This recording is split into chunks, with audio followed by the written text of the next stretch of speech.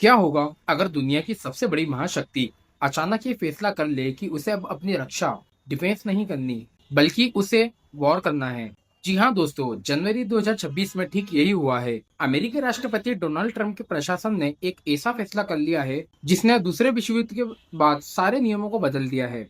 Department of defence अब इतिहास बन चुका है, उसका नया नाम डिपार्टमेंट ऑफ वॉर हो चुका है।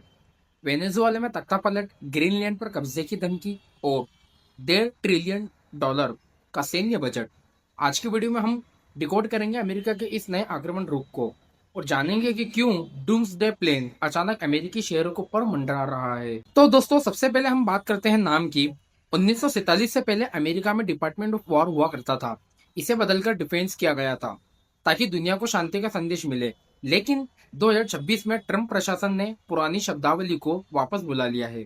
तर्क सीधा है, डिफेंस का मतलब प्रतिक्रिया करना, लेकिन वॉर का मतलब हमला करना और जीतना। इस बदलाव को बैकअप करने के लिए ड्रीम मिलिट्री का कॉन्सेप्ट लाया गया है। बजट को $901 बिलियन से बढ़ाकर $1.5 ट्रिलियन कर दिया गया है।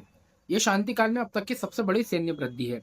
इसका सीधा मतलब है अमेरिका अब राष्ट्र निर्माण नहीं करेगा, अब वो काइनेटिक सुपेरियोरिटी यानी दुश्मन को खत्म करने की ताकत पर फोकस करेगा। यह सिर्फ कागजी बदलाव नहीं है दोस्तों, इसका असर जमीन पर दिखना शुरू हो चुका है।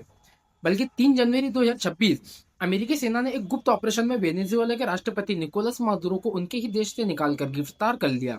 कारण बताया गया, नार्को टेररिज्म, यानी कि वो ड्रग्स वाला खेल। लेकिन असली खेल तो वेनेजुएला के तेल भंडारों का है। वहीं दूसरी तरफ उत्तर में एक और मोर्चा खुल गया है, आर्कटिक। जी हाँ दोस्तों, अमेरिका ने ग्रीनलैंड को अपनी राष्ट्रीय सुरक्षा के लिए अनिवार्य घोषित कर दिया है। क्यों? खनिजों के लिए नहीं, बल्कि मिसाइल डिफेंस के लिए। नाटो सहयोगी डेनमार्क को धमकी दी गई है, या तो आसानी से कर दो या हम कठिन तरीका अपनाएंगे। सोचिए, अमेरिका अपने ही सहयोगी देशों को सैन्य कार्रवाई की धमकी दे रहा है। यह नाटो के अंत की शुरुआत हो सकती है। जब जमीन पर इतना तनाव हो तो अमेरिका का सबसे रहस्यमय विमान हरकत में आता है। हम बात कर रहे हैं E-4B नाइट वॉच की, जिसे दुनिया डूम्सडे प्लेन कहती है। जनवरी के पहले हफ्ते में इस विमान ने वाशिंगटन डीसी और लॉस एंजलिस के ऊपर बहुत ही असामान्य उड़ानें भरी।